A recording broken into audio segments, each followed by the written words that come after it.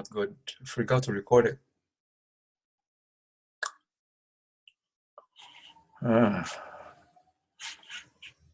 Okay. How did I miss that?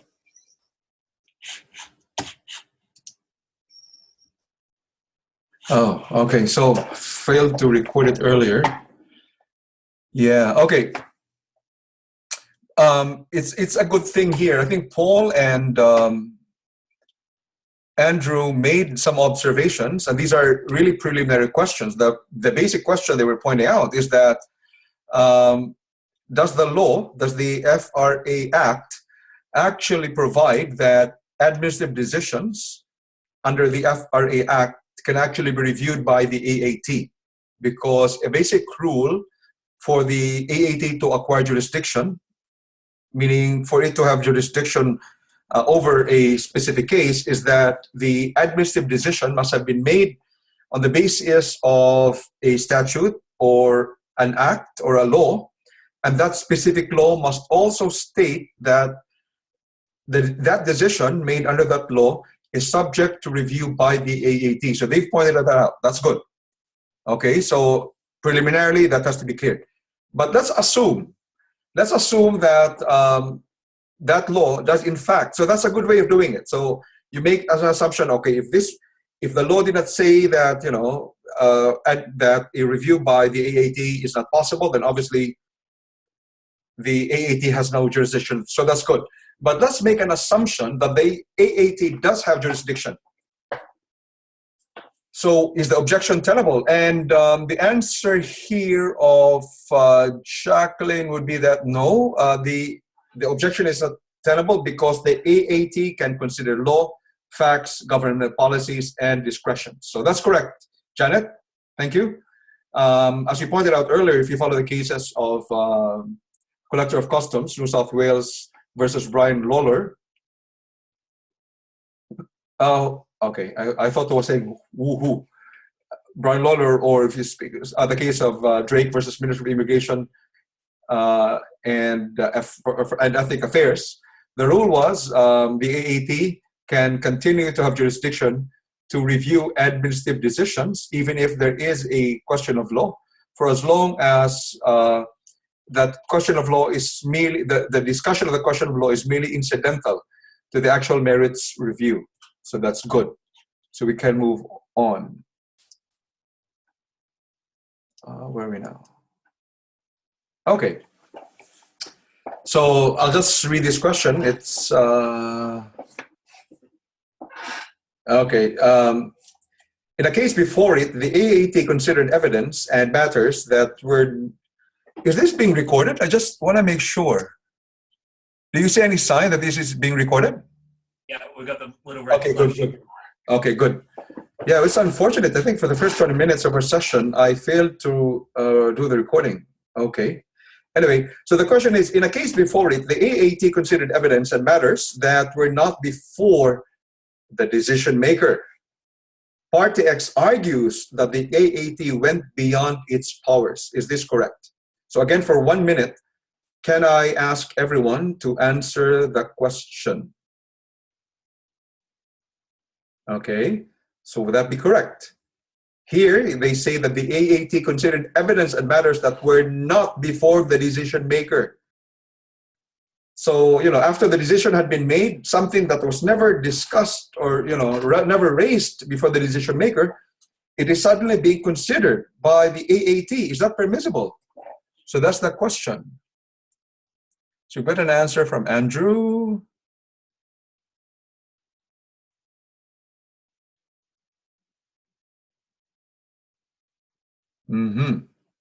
Okay, how about the others? Patrick? Paul, do you want to type something there?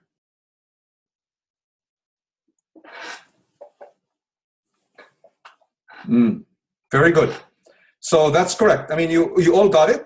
The answer is, it's quite clear that the AAT is not limited or proscribed from, yes, as well from Paul. Yes, so the AAT is not proscribed from considering evidence and matters that were not before the decision maker. In fact, even if it was not even raised by one of the parties, the AAT can inform itself of any matter, even if it was not raised before by any of the parties. Okay, so not only it's possible that it was not raised in the application, it wasn't raised before the decision maker, it wasn't raised by the party, the AAT can consider that, because the powers of the AAT in terms of the merit review is really wide-ranging. On the other hand, if you were to speak of a judicial review, the court cannot do that, because the court can only appreciate whatever evidence is actually had been before the original decision maker. So from Patrick, so for a decision to be reviewable by the AAT, it must be specified in the appropriate statute. So in relation to that specific question, Patrick, the rule is that for an administrative decision to be reviewable by the AAT, the decision, the administrative decision itself must have been based on a statute, and that statute specifically provides that it is reviewable by the AAT. In the absence of that enabling provision that states that it can be reviewed by the AAT will not have jurisdiction, because remember, the AAT Act itself does not confer on the AAT the power of merits review over any specific administrative decision. It is some other legislation that will have to provide for a merits review of an administrative decision.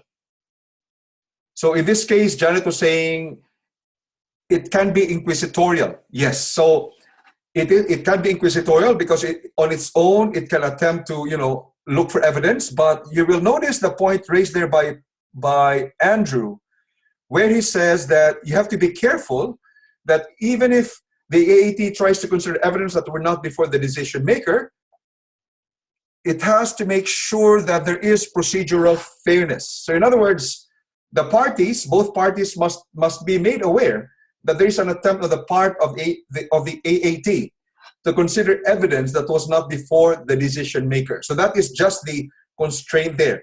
Although there is the power of, there is some inquisitorial power on the part of the AAT must make sure that it does not breach procedural fairness.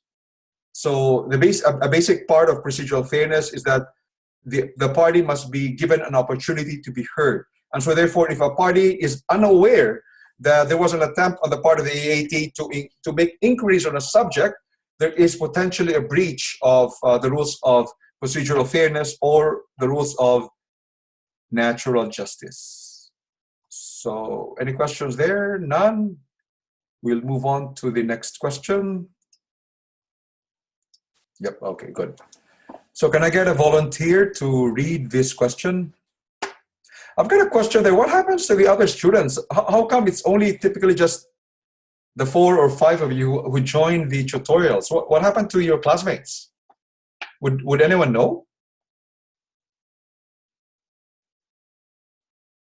How come we don't have too many students joining our tutorials? Andrew, would you know? This term, there seems to be a lot of tutes that are on at exactly the same time. Ah. So right now there's an ADR tute on that I could possibly be in. I think there might be a civil procedures tute or I see. something else. Okay, I see. Just two fit in at the same time, I think. Ah, okay. Thanks for telling me that, because in the constitutional law class that we have on Mondays, we usually have about 48 students out of about 160. So, well, yeah, that's probably because of the clash in the tutorial schedule. So, okay, that's fine. Can we get somebody? Andrew, can you read the question 4 for us? I'm stuffing my food down my face.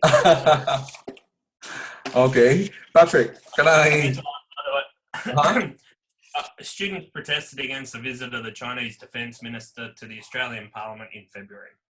When the student protest went out of control, student Joshua MacArthur suffered injuries after he was shoved to the ground and kicked by a member of the AFP.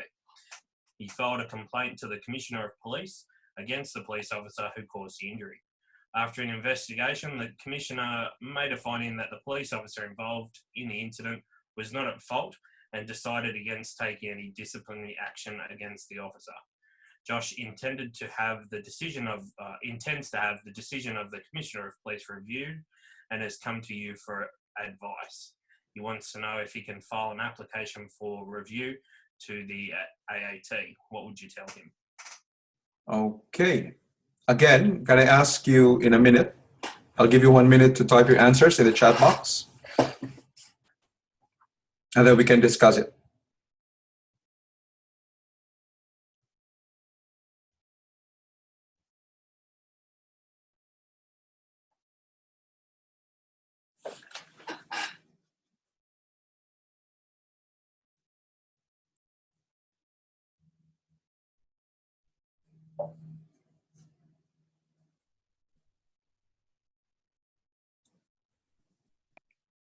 I'll be honest that this one's actually stumped me a little bit. Okay. I guess it really does. I haven't been in to have a look at the legislation that the Commissioner of Police has, the power conferred to him to make these decisions. So makes it a bit hard. But let's make some assumptions. You can make some assumptions. So assuming the facts seem to be incomplete, try to make assumptions. Assumption 1, if this were the case. Assumption 2, if this were the case. This would be my answer. Would that be Isn't there something in the ADJR that says about officers of the Commonwealth? So that would be, that would be for the judicial review. Okay. But not necessarily for the appeals tribunal, the administrative appeals tribunal. Sorry, I can't recall what it is, but I can remember seeing, we talked about it last week, or you talked about it last week. That's right. Yes. Yes. We're going to chase that issue later on, Janet, in a short while. But focusing in the meantime on the AAT, but we'll try to explore that option on the scope of judicial review as well. Assuming, if there were a question of is judicial review possible in this case? So we're gonna explore that in a short while. But for the purpose of this specific question, whether an application for review to the AAT is possible, what would you tell him? So, do we have an answer here?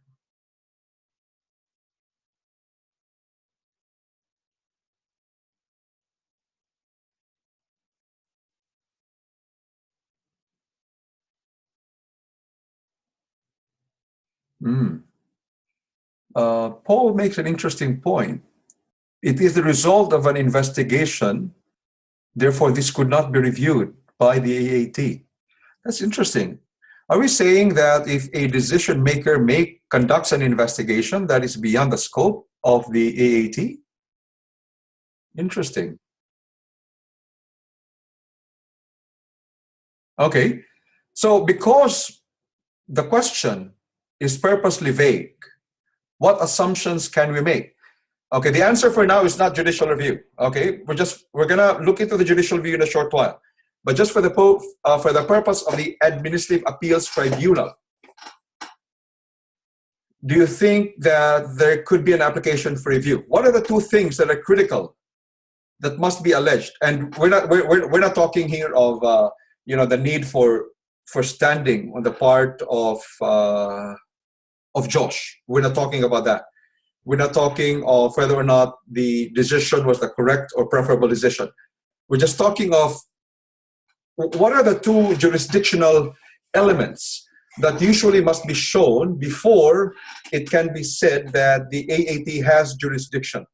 What are those two? Okay, there we go from Andrew.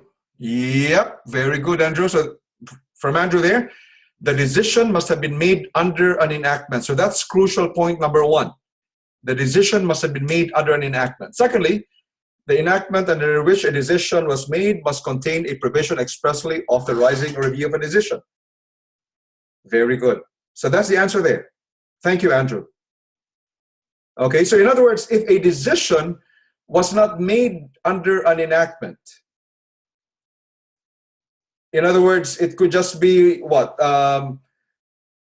it could be on the basis of office policies, or it could be on the basis of the inherent supervisory powers of a person, of a manager.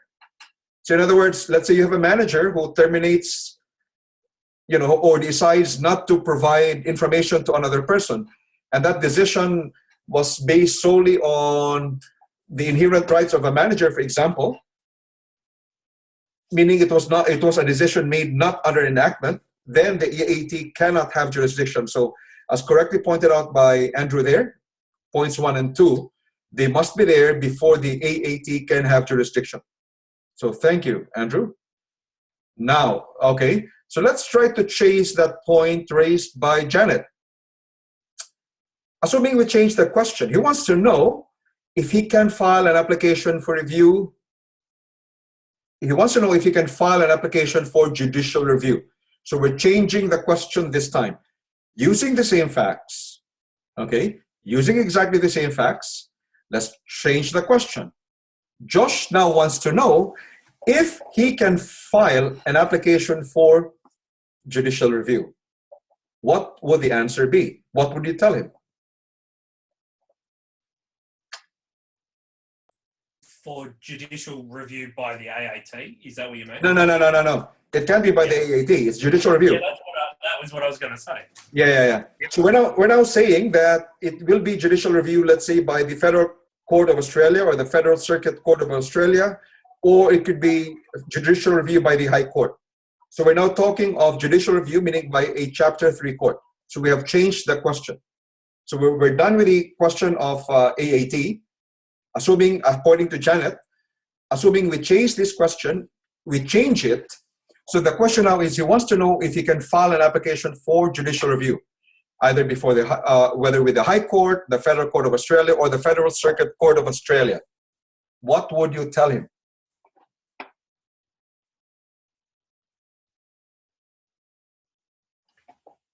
Josh sounds like an excellent idea. Where were we? Missing something there.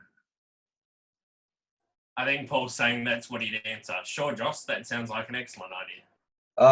But what did Josh say? I didn't see it. In relation to wanting to take it for a judicial. Before. Okay. I see what you mean. I kind of lost part of the text there. Okay. So we've changed the question. He now wants to know if he can file an application for judicial review. What would you tell him? What would be the jurisdictional requirement? Assuming, obviously you have the locus standi there because you have a person who is aggrieved. The question, what would be the jurisdictional requirement there for there to be a possibility of a judicial review?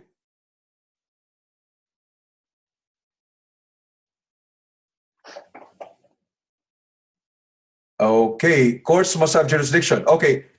Yep, there's justiciability, fine. When we say the courts must have jurisdiction, that begs the question, when does a court actually have jurisdiction? What is the requirement? If you speak of the ADJR Act, what is the requirement there?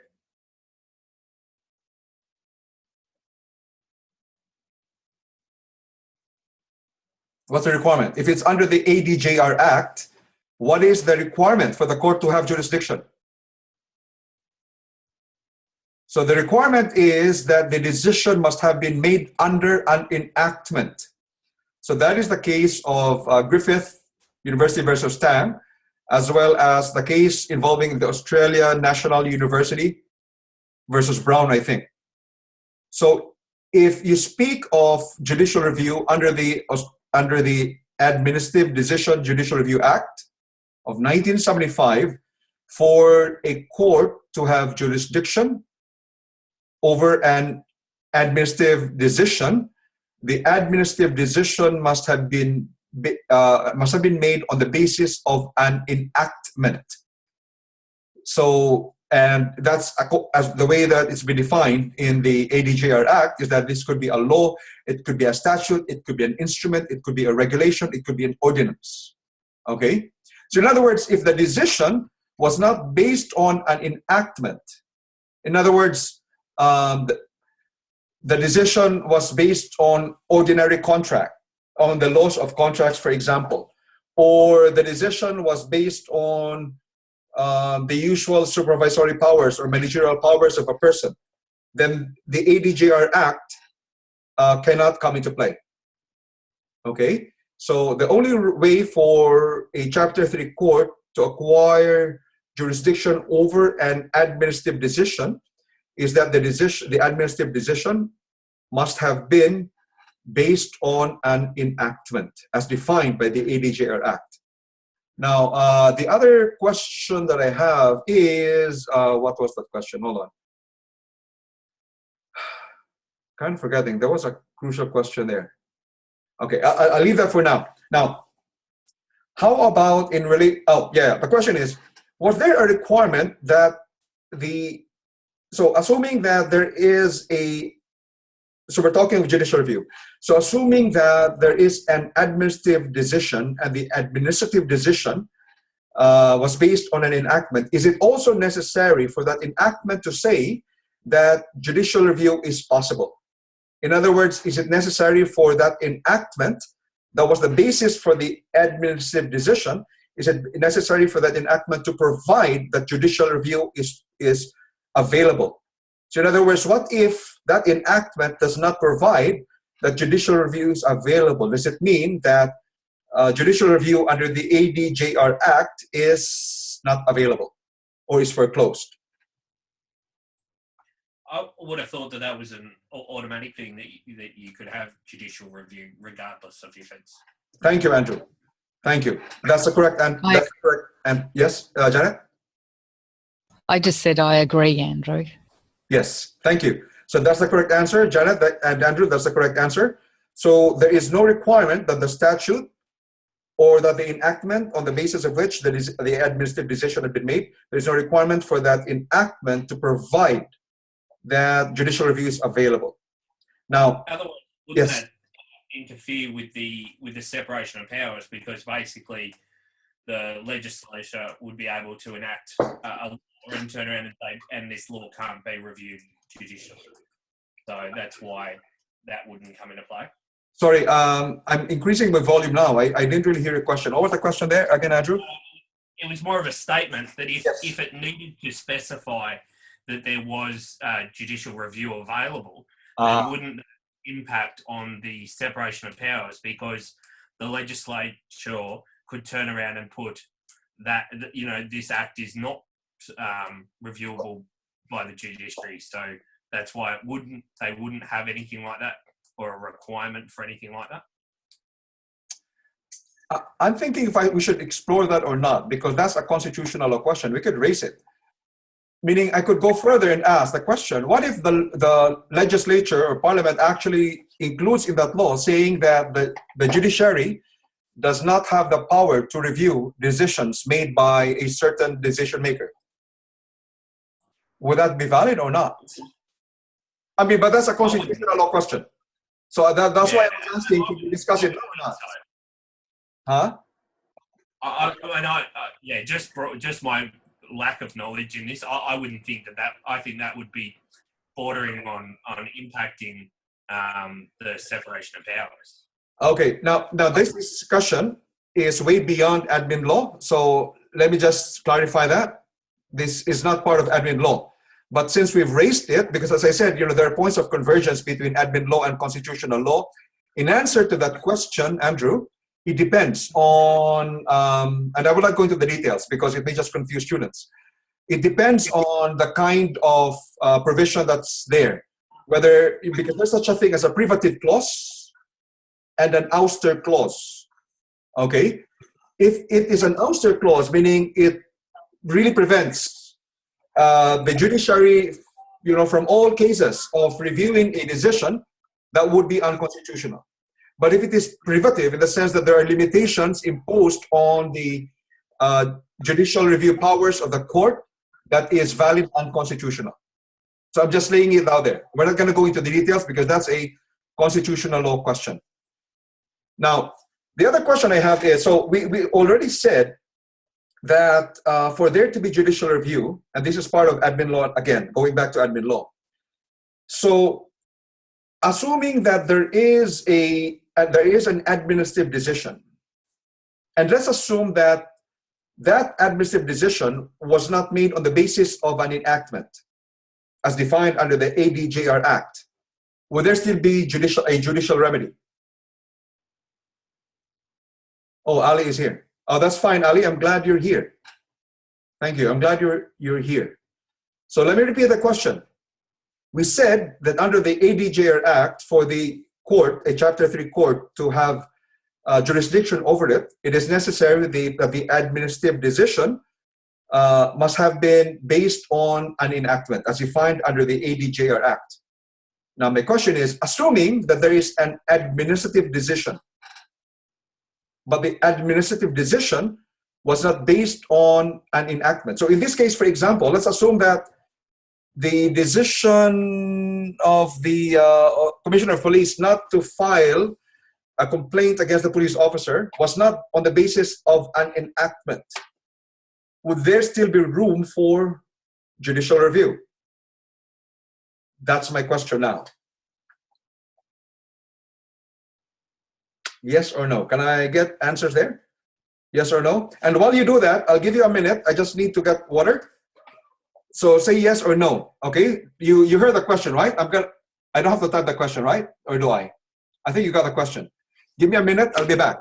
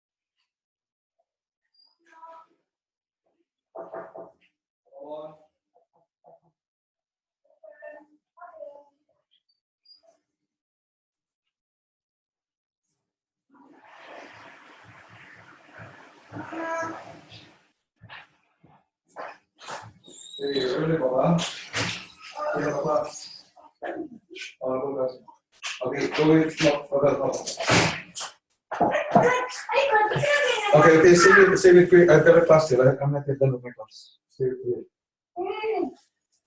Okay, where are we going with our... Okay, keep quiet there. Okay, so what's the answer? Yes, maybe. So what does yes, maybe means? Oh, the question was, I already pointed out that the judicial review under the ADJR Act is only available if the administrative decision was made on the basis of an enactment, okay? Now, so my question is, assuming that there is an administrative decision, but it was not based on an enactment, can there be scope for judicial review? So assuming that the Commissioner of Police decided not to file a complaint and the decision was not based on an enactment, is there room for judicial review? That's my question. The answer is yes. The answer actually, oh, Ali got it. The answer is actually yes, okay? With a qualification shortly.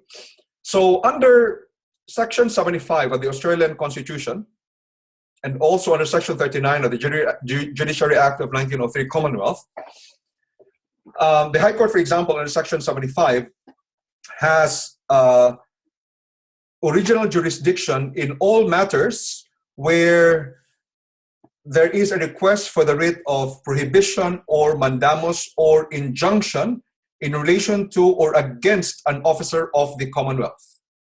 So let me repeat. Under Section 75 of the Australian Commonwealth Constitution, the High Court has original jurisdiction in all matters involving a request for the issuance of a writ of prohibition or mandamus or injunction against an officer of the Commonwealth. So here we're speaking of the officer of a Commonwealth, which is a Commissioner of Police. Now, the wording of Section 39B in particular of the Judiciary Act of 1903 Commonwealth is almost similar to that of Section 75 of the Constitution, except that this time it provides power of judicial review to the federal courts, meaning the Federal Court of Australia, as well as the Federal Circuit Court. Now, the qualification I pointed out is that the only time when there can be judicial review is if there is a specific prayer for prohibition or mandamus or injunction. In other words, if the prayer were something else, like the prayer for declaratory relief, meaning trying to determine what the rights might be, then there won't be jurisdiction. Or if the prayer were for certiorari, a review of a decision, again, that will not fall within the scope. I hope I'm not losing you. So in particular, there is scope for mandamus here because the writ of mandamus is actually an order coming from a court compelling the performance of a public duty.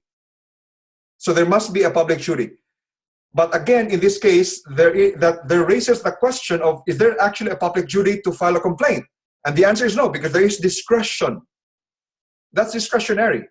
Whether or not the Commissioner of Police will file it, it's up to him, depending on the way he reviews his facts.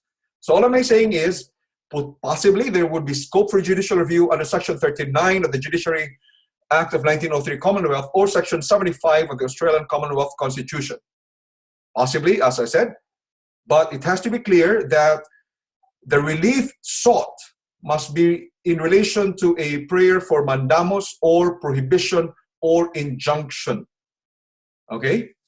So we're good there. We'll move on. It's 7:28. No questions so far? None. Okay, good. So final question we have here. Can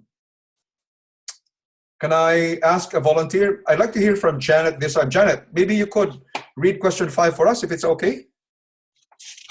I will, but I'll do it quietly because the other people in the house wake up early, so they've gone to bed. Okay. And they're in the next room. That's fine. You can hear me okay? Yes, I can hear you well. Okay.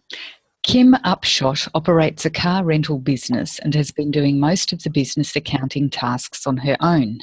An audit by the ATO, Australian Tax Office, revealed that Kim had misinterpreted key provisions of the Australian tax laws and as a result was deficient in the payment of taxes in the amount of $4,965.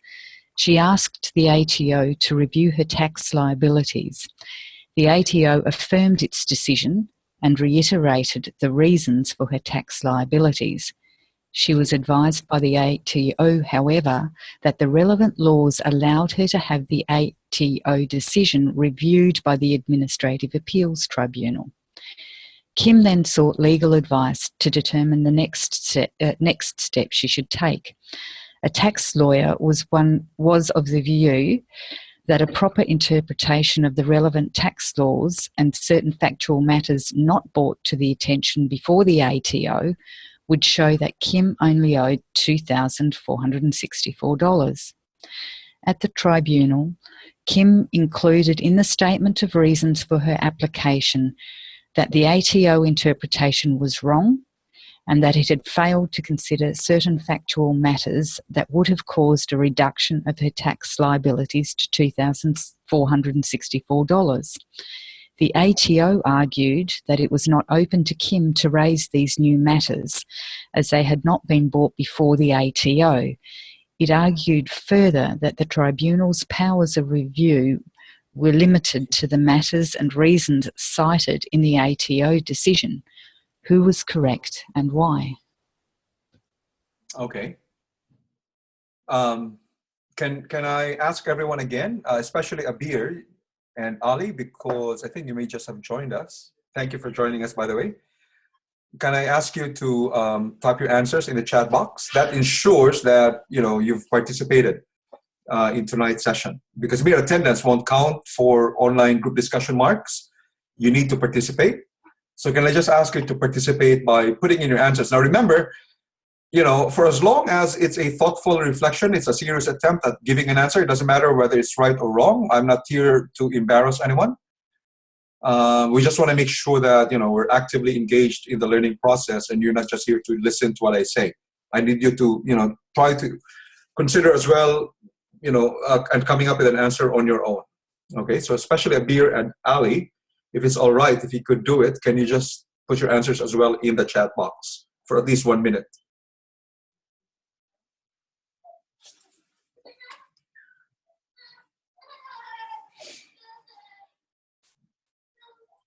Andrew, I've got to run to another. Yeah, Andrew. Thank you. We're gonna end in 5 minutes anyway, so you won't be missing much. And we've covered kind of this question anyway. Thank you, Andrew. Yeah, I was gonna say my answer's the same as to what question 1 was. Or yeah, that's right. That's true. Yeah, that's true. Okay, thank you, Andrew. Thank you.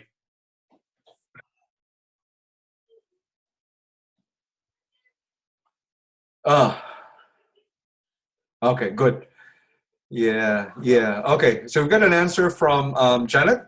Not limited to the matters and reasons cited in the ATO decision, so that's correct.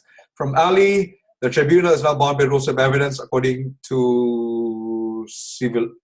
What's CL procedures here? Ali, what is CL? Just so we know.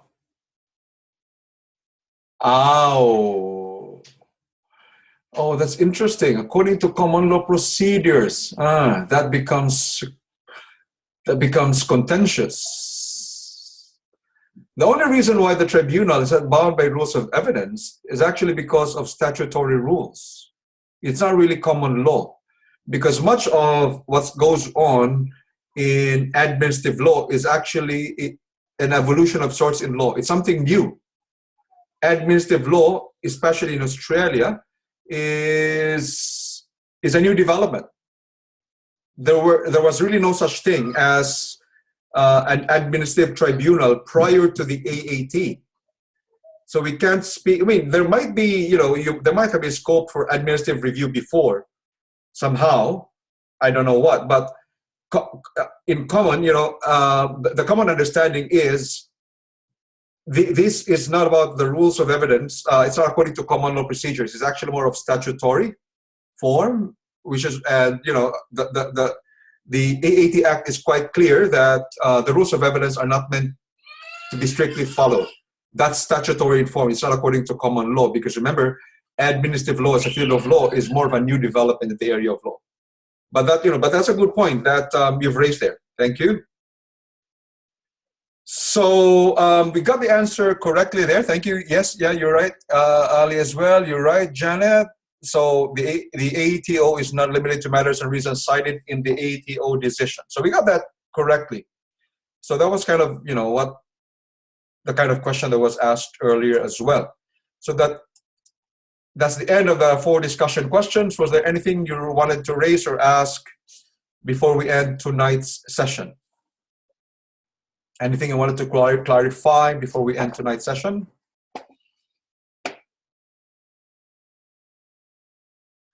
So we're all good. Okay, thank you. So thanks for joining tonight's activity. I will be posting this recording in Moodle tonight. It'll be linked to, as soon as I upload it to YouTube, I'll provide the link in Moodle so that you and your classmates can have a look. Okay, so thank you very much, and I hope to see you again next week. Okay, goodbye. Good night.